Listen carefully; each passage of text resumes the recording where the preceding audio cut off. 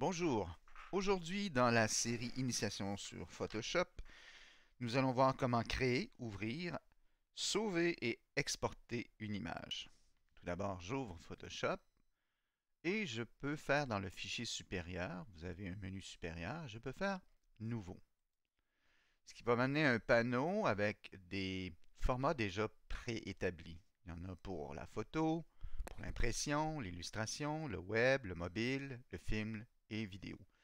Donc, si vous travaillez dans une de ces industries, vous pouvez avoir déjà des formats préétablis. Pour nous, aujourd'hui, nous allons voir impression. Il y a déjà là ici des formats préétablis, si vous avez besoin.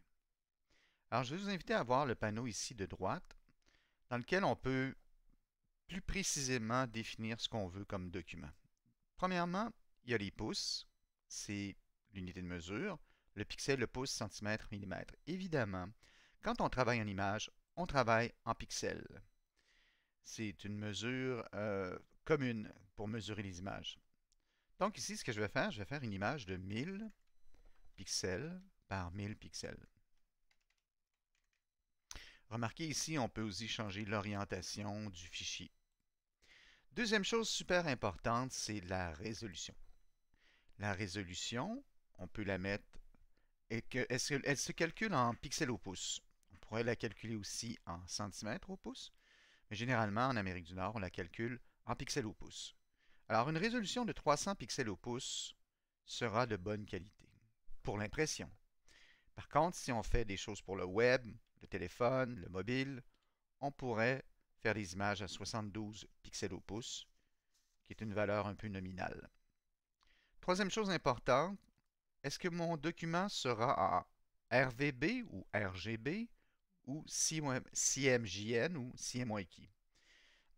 Donc, si vous faites des documents qui vont être destinés aux vidéos, à l'écran, au web, vous travaillez en couleur RVB ou RGB, qui est l'acronyme pour rouge, vert et bleu.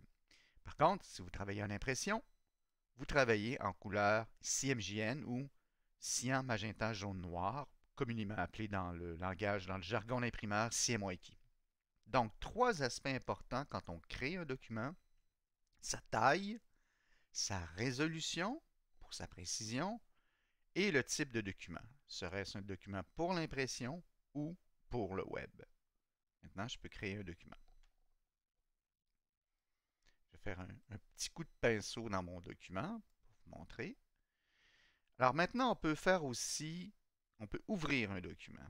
Alors, je m'en vais sur mon fichier et je clique Ouvrir. Et alors là, j'ai une photo que j'ai prise dans une banque d'images. C'est une photo de très bonne qualité. Pour fermer l'image, une méthode simple, Fichier, on va ici à Fermer, ou CTRL-W. Une autre façon de fermer un document, c'est simplement en cliquant sur le X à la suite du nom du document ici en haut. Voilà.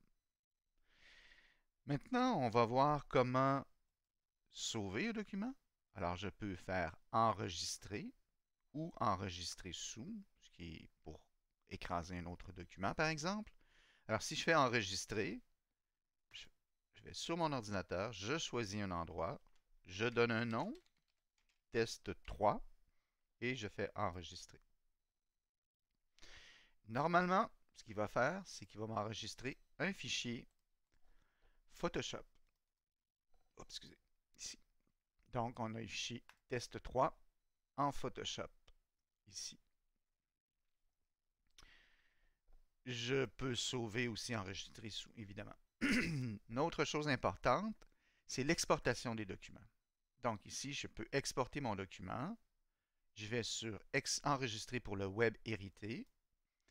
Et ici, je peux avoir le choix dans ce tableau d'exporter en GIF avec un minimum de couleurs, en JPEG.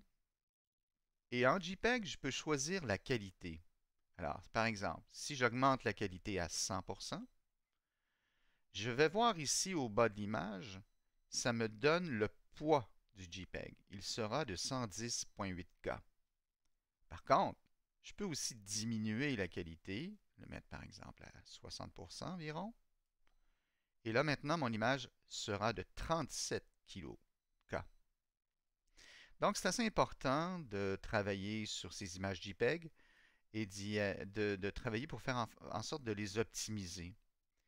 Ça peut réduire beaucoup le poids d'une image, mais ça ne va pas beaucoup affecter sa qualité, du moins la qualité de ce qu'on va voir visuellement.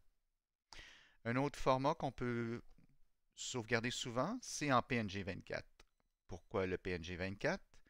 Parce que le PNG 24 contient un canal de transparence. Donc, si vous avez des images avec des transparences, vous allez toujours sauver en PNG 24.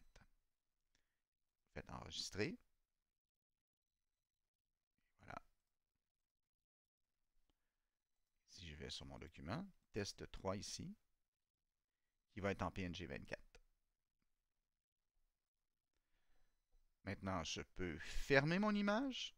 Il va demander si je veux la sauvegarder. Donc, sauvegarder l'original, le format PSD. Je dis oui ou non. Dans ce cas-là, ici, je vais faire non. Et voilà, c'est tout pour cette petite capsule. Si vous aimez, abonnez-vous à ma chaîne pour d'autres vidéos. Alors, merci et bonne journée.